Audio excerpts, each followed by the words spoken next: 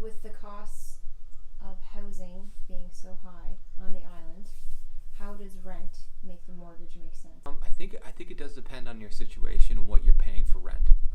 There is some calculators online that do help with that. National Post has one. There's a few, even banks I believe have one, that sort of evaluate your market to see, what kind of comparison, what you'd be paying for rent and what you're losing in the end if you, don't purchase a home, kind of thing. Usually it works out better to purchase. And my advice is anyone, if you can do it, definitely do it. And I would try,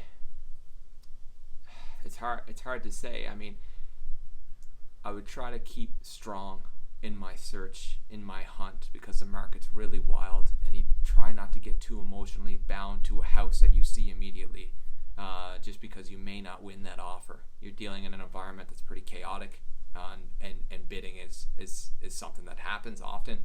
And I would honestly try to sit back and watch a house go and build days on market, and that's the kind of house I would approach. Something that's been on the market for about 3 weeks. As a new home buyer, I would approach a home like that.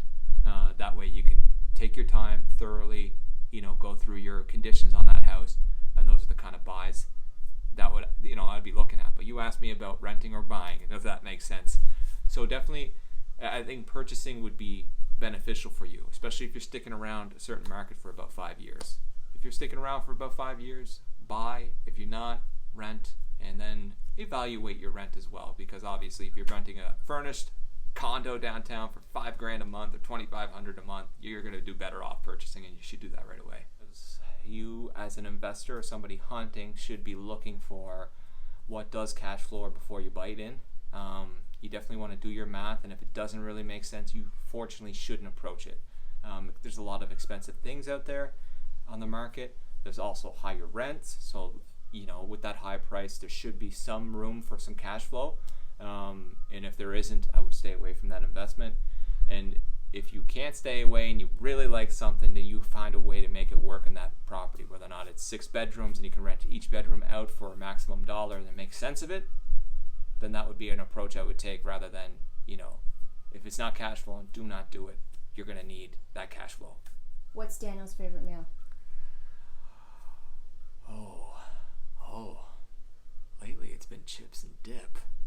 Yeah, I love my just like Ruffles chips, and there's like a onion chive vegan dip that I love.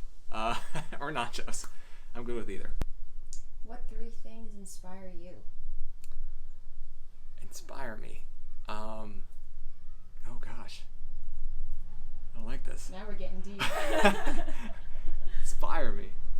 What Okay. inspires you? I really get positive. Let that car go by. You got time to think then.